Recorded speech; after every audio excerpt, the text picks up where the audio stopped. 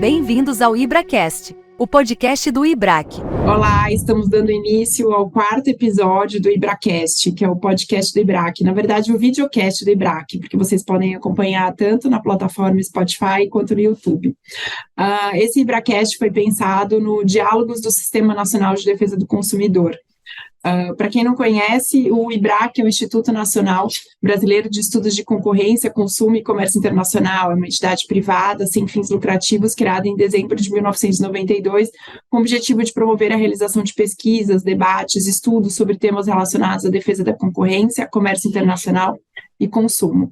Especialmente, esse é um IbraCast do Comitê de Relações de Consumo, que se reúne mensalmente para debater as principais matérias envolvendo o mercado de consumo, as relações de consumo e principalmente aqui, como o próprio nome do nosso IbraCast diz, diálogos com o Sistema Nacional de Defesa do Consumidor. Então, debatemos propostas legislativas, decisões judiciais, diálogos com todo o sistema. E esse episódio, especialmente, a gente tem o prazer, a gente conseguiu marcar com a Flávia Lira, que é uma consumidora, inclusive, dos livros do IBRAC, né, que conhece o IBRAC, que acompanha o IBRAC, então, para nós é um prazer receber a Flávia Lira nesse quarto episódio, que é advogada, é assessora jurídica da presidência do PROCON Rio de Janeiro, analista de proteção e defesa do consumidor, é conselheira do Conselho Nacional de Defesa do Consumidor, do CNDC, é especialista em direito constitucional, direito do consumidor, direito regulatório pela UERJ e ainda é especializando em direito concorrencial. É associada ao Brasilcom, o Instituto Brasileiro de Política e Direito do Consumidor, e associada também da Associação Brasileira de Direito e Economia. E ainda é integrante do Grupo de Pesquisa Direito e Economia da UNB e da Rede Nacional Mulheres na Regulação. E ainda encontrou um tempinho para conversar com a gente nesse quarto episódio do videocast do IbraCast. Quem vai nos acompanhar nessa entrevista de hoje, nesse bate-papo de hoje, é Thaís Matalo Cordeiro, sócia do Machado Meyer, foi diretora do nosso Comitê de Consumo por 4 anos, muito querida por todos. Então, eu já vou passar a palavra para a Thaís para a primeira pergunta para a Flávia. Flávia, seja bem-vinda. Fabíola, obrigada. Flávia, reitero aqui as palavras da Fabíola. Um prazer enorme ter você aqui hoje com a gente. Acho que o nosso público vai adorar esse bate-papo. Você tem sido realmente aí uma protagonista junto a toda a equipe, né? A gente sabe que tem uma equipe gigantesca aí por trás, não tão gigante quanto talvez você gostaria, mas que faz uma diferença aí no PROCON do Rio de Janeiro. Vocês têm sido aí protagonistas em alguns temas, então acho que não só a gente aqui do IBRAC, mas como o nosso público vai adorar o bate-papo de hoje. E reiterando aqui as palavras da Fabíola, queria agradecer, porque a gente sabe que a sua agenda não é nada tranquila, e você abriu esse espaço aí para dialogar com a gente, então muito obrigada. E aí a primeira pergunta que eu já queria endereçar para o nosso público já começar a ficar aí confortável com esse nosso bate-papo, quais são os temas que o PROCON do Rio de Janeiro tem enfrentado atualmente, tem visto que vai precisar se debruçar, qual que é eventualmente a agenda aí de vocês, o que vocês têm enfrentado aí de temas de relação de consumo que vocês acham que vale a pena compartilhar aqui com a gente. Flávia, obrigada. Obrigada, Thaís. Obrigada, Fabíola. Antes de mais nada, é uma honra estar com vocês. Eu sou muito fã do trabalho do IBRAC, tanto no braço de direito do consumidor, quanto em regulação e concorrência. Eu realmente consumo as obras de vocês. Estou aqui, olha, gente, divulgando. Leiam, que é muito bom esse livro. Quem está só ouvindo, quero deixar registrado que ela está mostrando os nossos livros, né? Ótimo. Obrigada, Thaís. O livro é SG nas relações de consumo, inclusive português e inglês, por favor, leiam. Fica a dica. E para mim é uma honra enorme estar com vocês. O convite da Fabíola para mim foi uma convocação, então arranjei mesmo espaço na agenda, então sempre que me chamar, por favor, estou à disposição do IBRAC de vocês. E esse tema aqui, a primeira pergunta de Thaís é uma pergunta difícil de responder, porque são muitos temas que o PROCON do Estado do Rio de Janeiro se debruça. Até tocando no assunto, no ponto que Thaís falou, nós somos cerca de 150 servidores, para cobrir uma demanda enorme de um Estado que realmente tem seus desafios na defesa do consumidor. Então, nós somos, entre servidores efetivos e comissionados, cerca de 150. Num Estado que, vejam, temos cerca de 90 municípios e somente 30 deles possuem PROCON municipal. Então, nós temos ainda um desafio maior como o Sistema Estadual de Defesa do Consumidor, que é coordenado pelo PROCON do Estado do Rio de Janeiro, de tocar a proteção do consumidor em todo o Estado. Um ponto que a gente está se debruçando bastante, isso já há muito tempo, é em relação à proteção dos superendividados.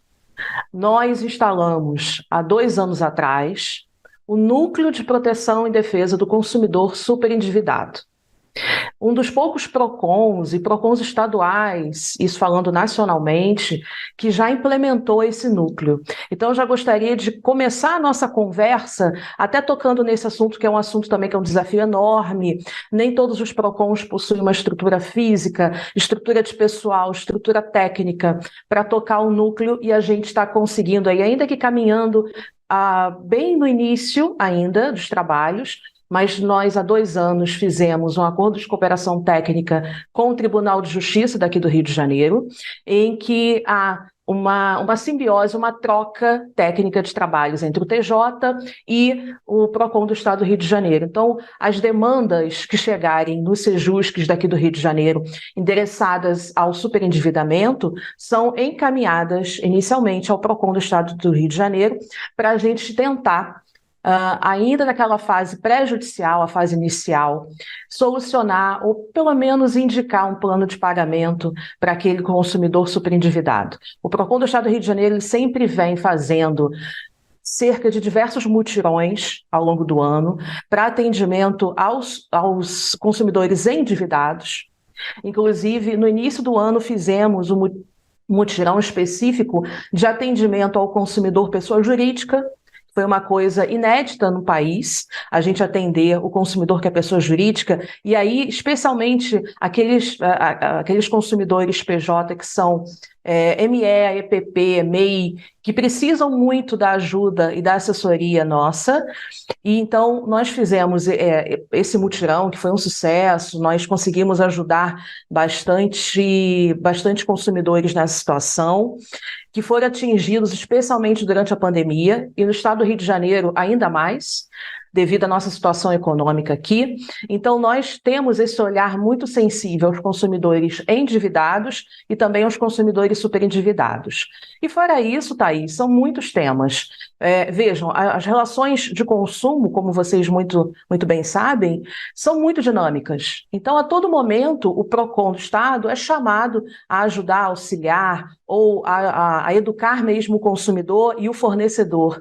Por exemplo, estamos agora em volta a assuntos de suspensão de comercialização de produtos por empresas que comercializavam passagens aéreas, passagens promocionais e flexíveis. Então, estamos a todo momento ali atuando tanto no âmbito administrativo, com processo administrativo sancionatório, como também a ação civil pública, para poder resguardar a proteção do consumidor também nesses momentos.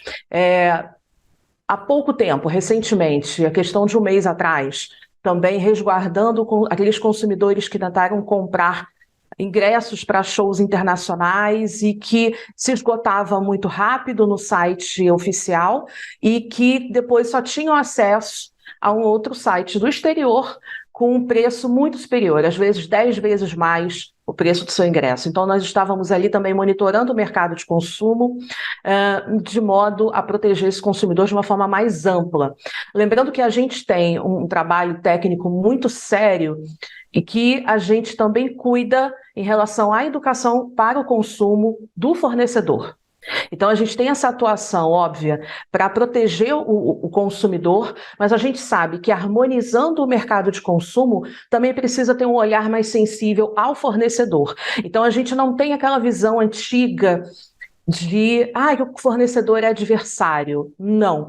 O fornecedor é um agente econômico muito importante, assim como o consumidor também faz parte, né, da relação de consumo, é um agente econômico, e que precisa também, muitas das vezes, participar dessa educação para o consumo. Então, nós também olhamos para o fornecedor, também agendamos reuniões com eles. Então, quando nós monitoramos o mercado de consumo, e temos um trabalho muito interessante no gabinete do PROCON do Estado do Rio de Janeiro, de monitorar as reclamações também na plataforma consumidor.gov.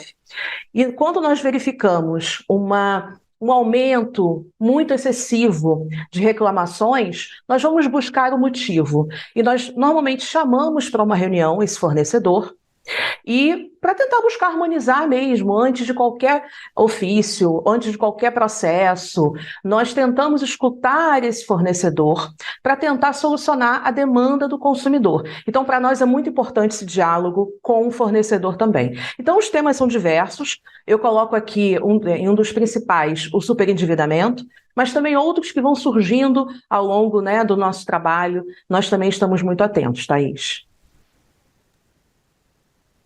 Obrigada, Flávia. A gente sabe, como você colocou, né, que sempre existe essa tentativa de conciliar e de harmonizar, mas que muitas vezes isso acaba não sendo possível, né? Como a gente tem muitos ouvintes e como é muito difícil, assim, a advocacia administrativa, porque são 1000 PROCONs, né? Você deve ter esse número mais atualizado do que eu, e cada PROCON tem sua própria portaria, cada PROCON tem seu próprio procedimento, cada PROCON tem seu próprio prazo, né? Muitas vezes para reclamar, para se manifestar, para apresentar um recurso, para discutir eventual sanção, se manifestar num auto de infração. E como nós temos também o IBRAC Jovem, né, que é um outro comitê, o IBRAC Jovem, que muitos ainda estão se formando e aí querem entender um pouco mais como se dá o procedimento administrativo. Queria que você contasse um pouquinho para quem está ouvindo, quem está assistindo, como se dá dentro do PROCON Rio de Janeiro, como se dá esse procedimento, desde essa notificação para o fornecedor até a eventual impugnação de uma sanção. Tá ótimo, Fabíola. Esse é um tema bastante importante para a gente e que a gente tem que tratar com muita seriedade e trazer um debate à sociedade. O PROCON do Estado do Rio de Janeiro é uma autarquia, então tem autonomia técnica, econômica, financeira, e existe uma lei estadual, a Lei 6.007, de 2011, que trata especialmente sobre o processo administrativo no PROCON. Obviamente, nós temos como a lei maior a Constituição, né, e depois o Código de Defesa do Consumidor, mas a gente segue exatamente a 6.007, em todo o nosso rito, desde o início até o finalzinho, com o pagamento da multa, se for o caso, ou com o encaminhamento para a PGE, para a cobrança judicial. Bom, como se dá, então, todo esse procedimento? Antes de mais nada, a gente faz o monitoramento de mercado, como eu comentei anteriormente. E caso a gente verifique algum indício de uma infração CDC, a gente normalmente não inicia um processo, a gente normalmente chama essa empresa, verifica o que está acontecendo no mercado de consumo. Pelo 6.007, existem 3 formas de se iniciar um procedimento administrativo no PROCON do Estado do Rio de Janeiro. O primeiro é o mais procurado, que é a reclamação do consumidor. Então, quando um consumidor bate à nossa porta, e nós temos algumas portas de acesso ao consumidor, temos hoje 151, telefone, que é o clássico, que muita gente já utiliza. Pelo telefone ele tira dúvidas, mas também ele pode encaminhar para a gente alguma denúncia. Pelo 51 também a gente tem um serviço online, então o consumidor pode abrir uma reclamação pelo site, onde ele estiver, por telefone, mas também temos o atendimento presencial e temos também o atendimento via WhatsApp. Então, realmente, hoje são várias portas de acesso a esse consumidor. Esse consumidor, então, acessa o PROCON, ele busca o PROCON para resolver um litígio. O primeiro contato que tem com esse consumidor, nós vamos orientá-lo.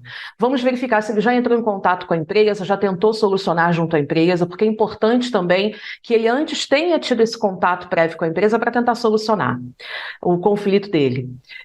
Nós temos no atendimento presencial, inclusive, um setor que vai tentar fazer uma conciliação ali na hora, se for o caso de uma demanda muito urgente daquele consumidor. Por exemplo, aquele consumidor está com o fornecimento de energia dele suspenso.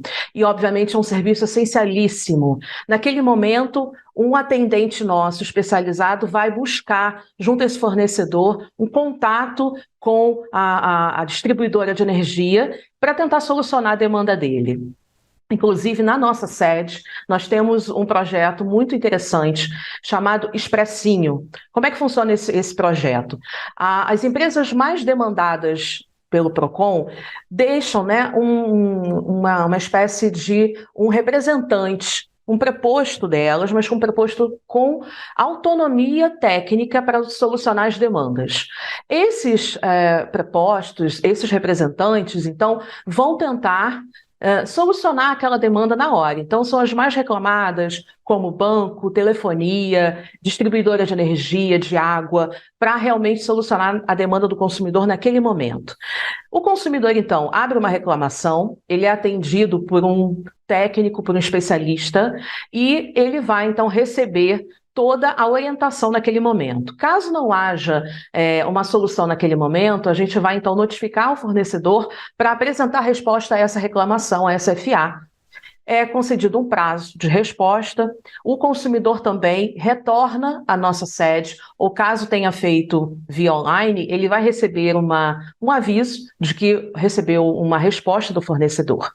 Caso ainda assim não haja acordo, a gente vai agendar uma audiência de conciliação com ele. Depois com a pandemia, as nossas audiências têm se concentrado de forma virtual, mas é possível que seja também realizada de forma presencial.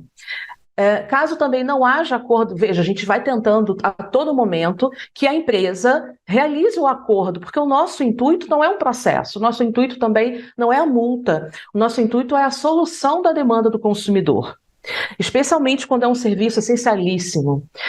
Se não for, então, possível o acordo, esse procedimento segue. O fornecedor é, então, notificado de uma abertura de um processo sancionatório. Então, nesse momento, até então era um procedimento preliminar apenas, em que havia uma tentativa de acordo. A gente até ali não verificou a fundo se havia ou não o indício de uma infração CDC. Mas a partir do momento em que não há acordo, aí a gente vai averiguar se há ou não o indício de infração CDC. Então, a gente instaura um processo administrativo. Outra forma de instauração de processo administrativo é pela fiscalização com a lavratura de auto de infração. Os fiscais, hoje nós temos uma equipe bastante reduzida de fiscais, isso para atender o estado do Rio de Janeiro todo, e veja, atender inclusive os municípios que não possuem PROCONs ou os PROCONs que não possuem um departamento de fiscalização. Eles também pedem muito a nossa ajuda. O Ministério Público também solicita muito a nossa ajuda em relação à fiscalização. Então, os fiscais, eles vão a campo e verificam, então, alguma infração CDC. Lavram auto de infração. Nesse momento, o fornecedor já sai notificado para apresentar a resposta à defesa dele em 15 dias. E já segue o processo administrativo. E a terceira forma de início é o ato de autoridade, que nesse caso é assinado pelo diretor-presidente. E necessariamente nesse momento é um momento em que a gente participa mais ativamente lá pelo gabinete. O ato ele é bastante amplo e pode ser iniciado por uma denúncia feita por um consumidor, por uma entidade, por um órgão externo, pode ser feita por uma entidade internacional. Então, nós acolhemos essa denúncia e qualquer denúncia nós damos encaminhamento. Nós vamos verificar se há indícios, se há fundamentação. Havendo, a gente vai instaurar um ato. Se o diretor-presidente ou qualquer autoridade dentro do PROCON presencia também alguma situação de indício de prática irregular, a gente também inicia esse ato de autoridade. O ato de autoridade pode ser tanto preliminar Para investigar mesmo, o que é mais comum, a gente solicitar informações às empresas para poder verificar algum dado, ou um ato sancionatório. Nesse caso, o diretor-presidente já verificou, embasado, há todo um procedimento e parecer técnico-jurídico por trás disso, e o diretor verifica, então, que há sim elementos que justifiquem um ato sancionatório. Então, ele dá início notificando essa empresa e concedendo também os 15 dias para oferecer defesa. Então, todos esses 3 caminhos vão desembocar nessa análise técnica se há ou não uma infração ao CDC ou alguma norma consumerista. É importante informar até para os estudantes, a nossa atuação não fica restrita ao CDC. A nossa atuação refere-se a todo o microsistema de defesa do consumidor. Então, todas as leis também que tratam sobre defesa do consumidor, nós atuamos. Depois que há essa defesa, então, de 15 dias, o processo é encaminhado à primeira instância. Nesse momento, um analista, que é especialista em defesa do consumidor, vai analisar com todo cuidado o processo. Se houver algum erro, se houver alguma falha administrativa, nesse momento esse processo vai ser saneado. Caso não haja, essa análise continua pelo analista. Ele vai então opinar, vai emitir um parecer opinativo, indicando se há ou não a infração ao CDC. Caso haja infração, ele vai opinar pela multa. E aí a 6.007, ela é expressa como é o procedimento. Nós, então, vamos averiguar o porte da empresa, vamos averiguar a conduta. E na 6.007, lá no finalzinho, tem as condutas e os graus de complexidade dessa conduta. Então, se for uma conduta mais ou menos complexa, a multa também vai estar regulada dessa forma. Nós atuamos diretamente, Fabíola, utilizando essa fórmula da Lei 6.007. Então, nós utilizamos, inclusive, um formulário que o analista vai preenchendo. Então, nada sai da nossa cabeça. A gente vai seguindo exatamente o que está na 6.007. Caso o analista ali não encontre uma irregularidade, uma infração, ele vai, então, opinar pelo arquivamento. A autoridade, então, vai seguir analisando todo o processo com bastante cuidado, vai seguir esse parecer do analista. O processo segue, o fornecedor, então, recebe uma notificação, ou que o processo foi arquivado, ou que o processo teve a sua continuidade com uma aplicação de multa. O fornecedor, então, ele tem um prazo ou para pagar essa multa, ainda no âmbito do PROCON, ou então oferecer um recurso administrativo.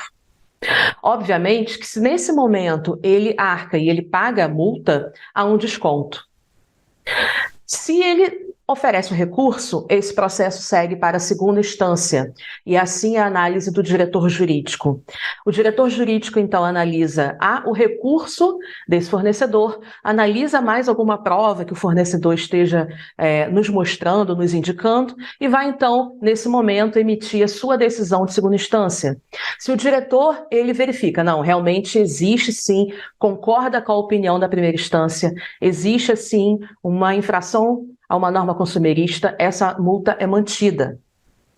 Caso o diretor, nesse momento, concorde com um recurso do fornecedor, esse processo é arquivado. A multa sendo mantida, o fornecedor é novamente notificado, dessa vez para pagar a multa. Caso ele pague, resolveu, o processo é encerrado.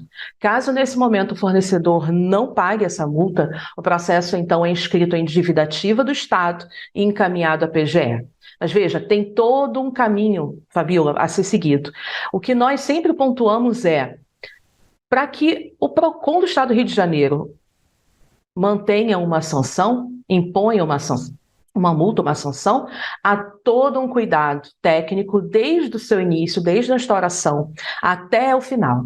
Então, caso o fornecedor ele nos demonstre que não foi ele que realizou aquela conduta, ou que não houve conduta, ou que aquela conduta não tem o condão de infringir uma norma consumerista, nós arquivamos aquele processo. O mais importante não é a multa, o mais importante é harmonizar a relação de consumo e que esse consumidor seja, então, protegido. Flávia, obrigada pela aula, né? Você é professora também, provavelmente, porque foi bem. Né? Obrigada pela aula aqui. E aí eu quero dar até um depoimento pessoal. Eu tive muita interação com o Procon do Rio de Janeiro na época da pandemia, né? E, enfim, cancelamentos, né, de serviços, de eventos e etc. E aí eu quero dar aqui meu depoimento pessoal, porque eu fiquei muito bem impressionada com a abertura do diálogo, a tentativa de solução do problema. Eu acho que naquela época ali vocês evitaram uma enxurrada de reclamação formalizada, mas assim, deixando muito claro, sem de forma nenhuma deixar de lado o direito do consumidor, né? Então, tinha um canal de diálogo ali constante e frequente para a gente atender ao máximo o direito, as expectativas dos consumidores, mas a forma com que o Procon do Rio de Janeiro ouviu as necessidades também das empresas, as demandas, né? Porque, em última análise, não adiantava ali naquele momento você ser intransigente e quebrar as empresas, porque daí que o consumidor não ia ter o problema resolvido mesmo, né? Então, deixo aqui o meu depoimento, porque foi um momento em que eu interagi muito com o Procon do Rio de Janeiro, fiquei muito bem impressionada com a forma como vocês conseguem realmente compor os interesses e, de fato, atender às necessidades dos consumidores. Eu acho que esse é um ponto muito importante, porque acho que, às vezes, Flávia, as pessoas, quando tem esse diálogo, pode dar a impressão de que tá defendendo o interesse do fornecedor. Eu não vi isso assim em momento algum. Eu vi uma tentativa de ajudar, de compor e de entregar o melhor possível naquele momento para o consumidor, para ele não ficar desamparado, sem instaurar procedimento administrativo, sancionatório, porque muitas vezes isso não vai desembocar no atendimento efetivamente do consumidor. Então, eu deixo aqui o meu depoimento pessoal de tudo que você falou aí na sua resposta. Pode falar, eu tô vendo que você quer. Thaís, gente, se deixar, a gente fica até horas Fica aqui, mesmo. tá? A gente fica mesmo, o bate-papo vai fluindo. Quem quiser, pega um café, pega uma água e vai Isso. participar. E Vai vem com a escutando aí gente, vem com a a nossa gente. conversa, fica com a gente. Você estava falando, eu me lembrei de um caso até um pouco antes da pandemia, o caso da Avianca. Vocês lembram do caso da Avianca? O caso da Claro. Avianca tomou, assim, muito rapidamente uma proporção enorme, vários consumidores atingidos e a cada momento a situação piorava. E então, nós marcamos uma reunião, na verdade, houve uma reunião do sistema que a Senacom organizou. Dessa reunião, eu peguei contato, então, com o gerente das relações de consumo da ANAC, e nós agendamos uma segunda reunião, ANAC, Avianca e Procon do Estado do Rio de Janeiro. E ali, a todo momento, nós fomos acompanhando, essa foi a primeira reunião, mas depois nós marcamos algumas outras específicas, pontualmente, para tentar solucionar, porque nós verificamos naquele momento ali, Thaís, que não adiantava abrir um processo sancionatório em face da Avianca naquele momento, ainda que nós estivéssemos recebendo diversas reclamações de centenas de consumidores, às vezes consumidores que estavam já no aeroporto aguardando o embarque sem ter acesso ao transporte aéreo, mas nós buscávamos ali um diálogo muito aberto com a Avianca, então nós tínhamos um canal muito rápido com o jurídico da Avianca, até o momento em que, depois de um tempinho, a Avianca não manteve mais o jurídico funcionando, mas até o momento que tinha o departamento jurídico, nosso contato era diário, às vezes várias vezes ao dia, para tentar solucionar aquela demanda emergencial do consumidor que estava no aeroporto. Não adiantava a gente parar, abrir um processo, conceder 15 dias para a Avianca responder.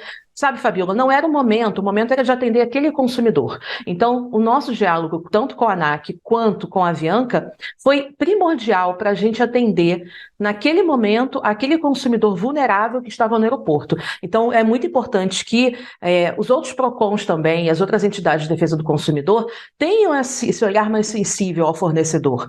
Muitas vezes, o fornecedor quer, sim, solucionar aquela demanda do consumidor, às vezes precisa de um canal, de um caminho, e que a gente pode fazer essa ponte.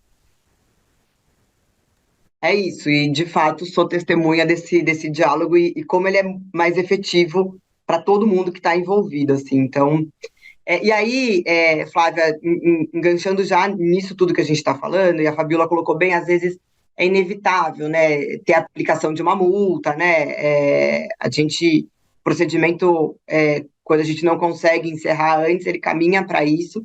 E aí eu queria te perguntar, assim, como que você tem visto, na verdade, a necessidade da interferência, de alguma forma, do Poder Judiciário em alguns momentos, em algumas decisões, seja em dosimetria da pena, seja uniformização de entendimento, porque às vezes a gente se depara com um entendimento sobre um determinado assunto, a gente sabe da independência dos PROCONs, a gente acha isso legítimo, isso é pacto federativo, não é isso que a gente está discutindo, mas a gente às vezes vê que num determinado tema um entendimento de um PROCON é diferente de um outro PROCON, e aí muitas vezes ali os fornecedores eles acabam se vendo numa situação que precisa levar de repente o assunto, né, para o judiciário, mesmo com relação à dosimetria da pena. Então queria que você dividisse aqui com a gente como que você tem visto às vezes essa necessidade da interferência do judiciário nessas questões que vem dos PROCONs e como que vocês têm encaminhado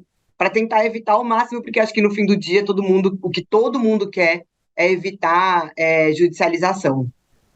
Não, com certeza. Na verdade, a multa é a nossa última porta, né? A gente busca sempre harmonizar de outras formas, caso não seja possível a multa, infelizmente, aplicada. Mas nós aqui no PROCON do Estado do Rio de Janeiro temos um cuidado enorme em relação a esse momento, como eu já comentei antes. Tanto que, para a gente chegar a esse último estágio, que é aplicar a multa e realizar a cobrança da multa ao fornecedor, a gente passou por realmente um pente fino, né? Vamos usar essa linguagem mais popular. A gente olhou o processo exatamente do início ao final e não há nenhum erro técnico ali naquele momento. Há cerca de algum tempinho antes da pandemia, eu fiz uma pesquisa no TJ do Rio de Janeiro e constatei que que o Tribunal do Estado do Rio de Janeiro mantém as nossas decisões administrativas em 89%. Então, é um índice bastante alto, considerando todo esse cuidado técnico que nós temos.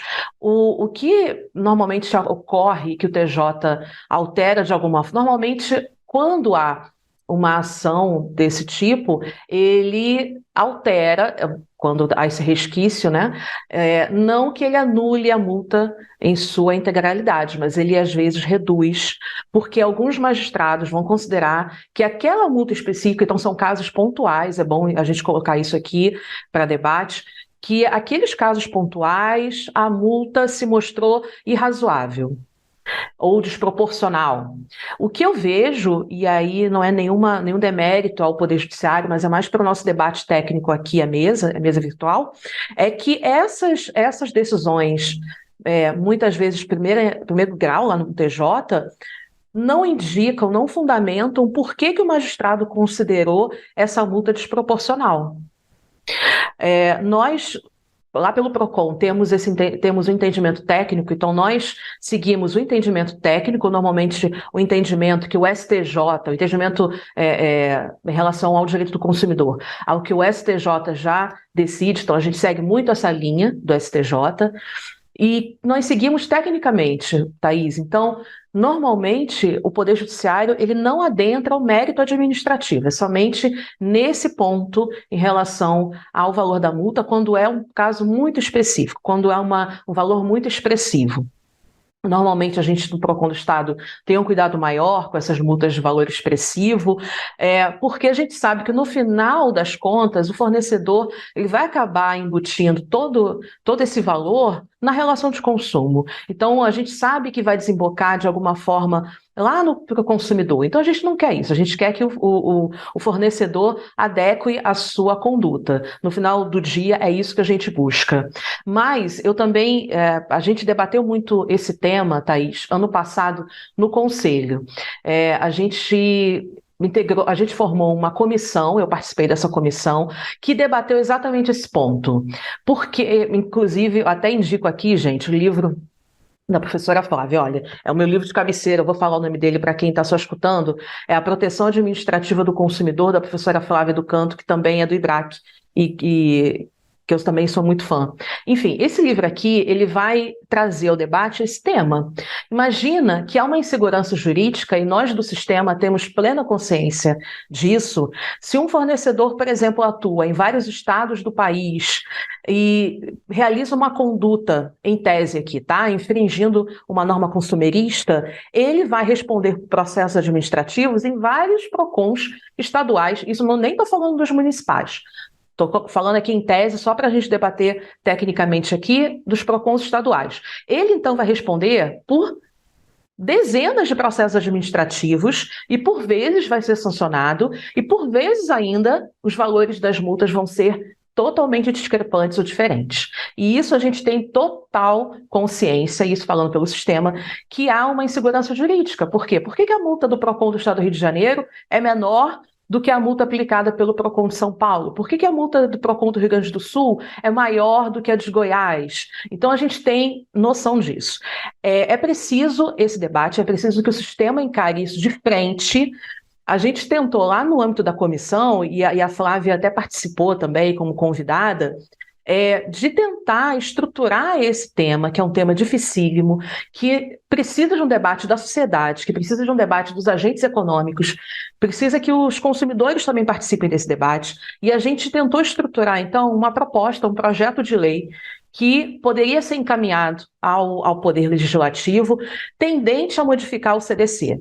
Porque a gente entende que, como há diversas estruturas muito dinâmicas no Sistema Nacional de Defesa do Consumidor, e cada uma com a sua atribuição, como você bem falou no início da nossa conversa, e não há como a gente impor pelo sistema administrativamente, ou seja, de cima para baixo, por exemplo, a Senacom ou o Ministério da Justiça emitindo uma portaria determinando que houvesse essa linearidade, quase que não sai, das multas dos PROCONs. Não é possível. Precisa haver, sim, uma reforma do CDC, e isso, então, precisa passar por um debate amplo pela sociedade, que os PROCONs também tenham acesso a esse debate, que participem disso, para que haja uma alteração do CDC, e aí sim, uma alteração equânime, proporcionando que essas multas sejam impostas, quando houver realmente elementos, de uma forma equânime de todo o território nacional, respeitando, então, a autonomia dos PROCONs, a autonomia dessas entidades tão importantes para o sistema. Flávia, e aproveitando esse tema, né, que você está falando bastante do sistema, do conselho, a gente queria ouvir um pouquinho do que você tem sentido dessa interação entre os órgãos, com o Senacom, enfim, em relação a todo o Sistema Nacional de Defesa do Consumidor. A gente sabe que, por vezes, surgem alguns conflitos conflitos de entendimento, né, entre os órgãos. E aí a gente queria ouvir o que você tem sentido desse diálogo, né? Até aproveitando o nome do nosso podcast aqui, que é o Diálogo com o Sistema Nacional, o que você tem sentido dessa interação entre os órgãos? O que você vê que pode ainda ser melhorado, e você no conselho, né, nos debates, você deve sentir, porque você está ali do lado das principais demandas, das principais queixas, né? Então, o que a gente pode esperar dessa interação entre os órgãos, do diálogo entre os órgãos do Sistema Nacional? Fabiola, esse diálogo tem aumentado, e que bom, mas ainda é insuficiente. Por que eu digo isso? O nosso sistema, Thaís, é muito capilarizado. Nós temos cerca de... A gente, na verdade, não temos um número fechado de PROCONs, porque realmente não há uma vinculação, uma obrigatoriedade que haja, por exemplo, uma inscrição na Senacom. Não há. Então, a gente não tem esses dados fechados. Mas há uma estimativa que, no Brasil, temos cerca de 900 a 1.000 PROCONs estaduais, municipais e UDF. Desses, nós temos um sistema muito misto. Por quê?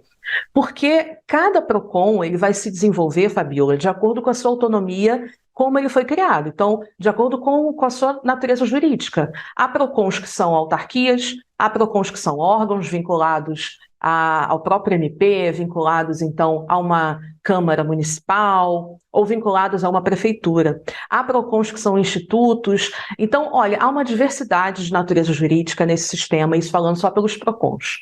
Bom, então, isso vai influenciar diretamente a autonomia técnica, a autonomia financeira, vai influenciar, inclusive, quem trabalha lá no dia a dia. A gente sabe que há PROCONs municipais, e fica aqui o meu enorme respeito a quem dirige um PROCON municipal. A gente sabe que tem PROCONs municipais que não têm fiscalização, que ainda estão se estruturando, que por vezes atendem um consumidor com uma salinha pequena, uma porta aberta e uma mesa de computador. Infelizmente, essa é a realidade no país.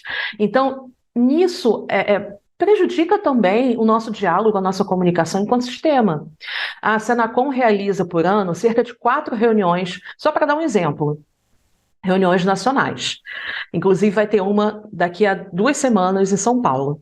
Então, mesmo nessas reuniões, ou seja, encontros nacionais, nem todos os PROCONs vão participar. Então aí já mostra para a gente um panorama de dificuldade mesmo de diálogo. Por vezes, esses PROCONs mais distantes, eles não vão ter acesso aos debates nacionais que estão ocorrendo nesse momento. Ainda que haja um esforço enorme da Senacom em encaminhar notas técnicas, estudos, a marcar reuniões virtuais, por exemplo, mas ainda assim há uma dificuldade enorme por conta dessa capilaridade do sistema. Mas estamos caminhando, Fabíola. Assim, um ponto positivo é que a cada gestão estamos nos aproximando mais. Obviamente o debate, e que bom que há o debate, existe, e que bom que há posições divergentes, porque isso faz com que a gente possa refletir e de repente chegar é o que a gente busca, chegar a um denominador comum, que é a proteção do consumidor. No final das contas, no final do dia, todos os PROCONs, eles buscam isso, a proteção do consumidor. Os caminhos é que por vezes vão ser diversos, mas o diálogo existe, ele está aumentando, mas ainda, Fabíola, é incipiente. Flávia, infelizmente a gente está caminhando aqui para o final da nossa conversa. Ah, não! Como você falou, acho que a gente poderia ficar aqui horas e horas conversando. Mas eu queria, antes da gente encerrar, oportunizar aí a você que compartilhasse com a gente o que os consumidores, os operadores do direito, a gente que atua aí diariamente nas relações de consumo, o que a gente pode esperar aí do PROCON do Rio de Janeiro para os próximos dias, meses, anos, enfim.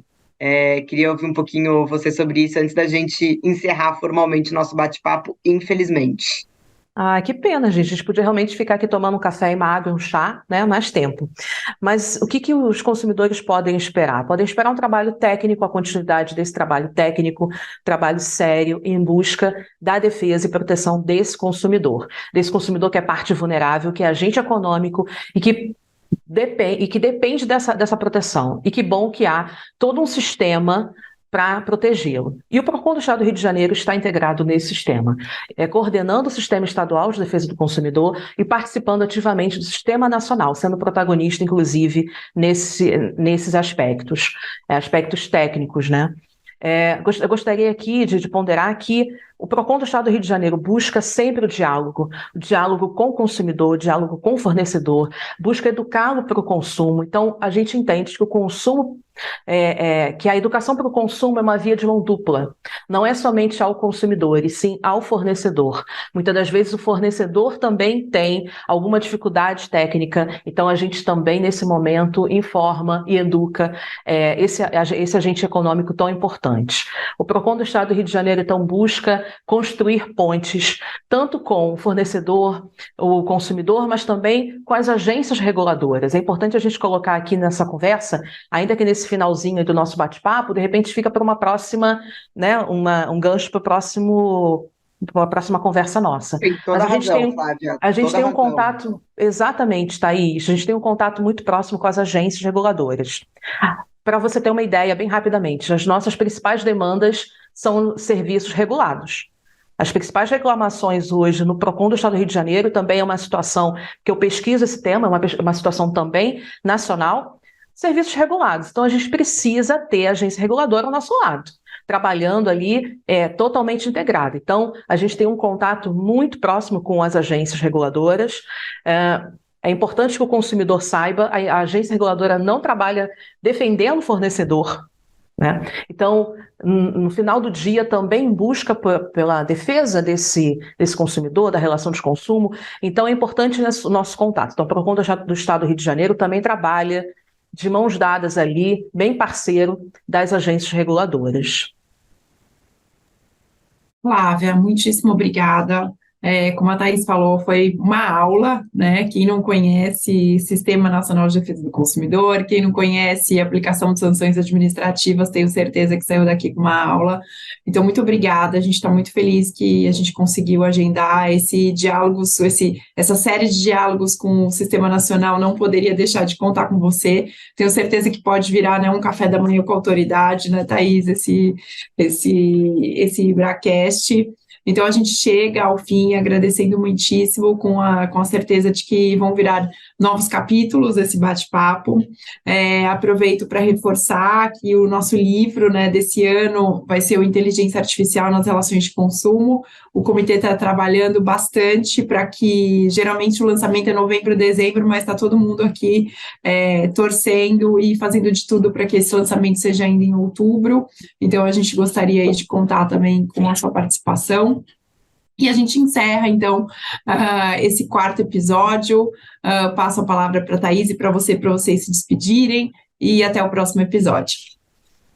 Fabiola, muito obrigada. Flávia, muito obrigada. Foi um super prazer ter você aqui com a gente.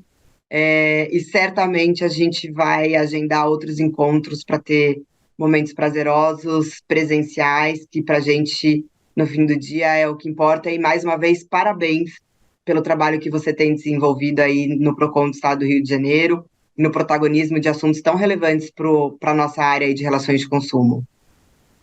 Thaís, Fabiola, para mim foi um prazer e uma honra participar desse bate-papo. Passou tão rapidinho, né? Mas acho que a gente sempre fala, o que é bom passa rápido, enfim. Acredito que tenha sido muito bom. Gente, uma honra mais uma vez, estou à disposição do IBRAC. Então, qualquer lançamento me chama, porque eu consumo o livro de vocês e estou à disposição. Muito obrigada, gente. Prazer. Obrigada, prazer. Até mais. Tchau, tchau. Até o próximo episódio. Tchau, tchau.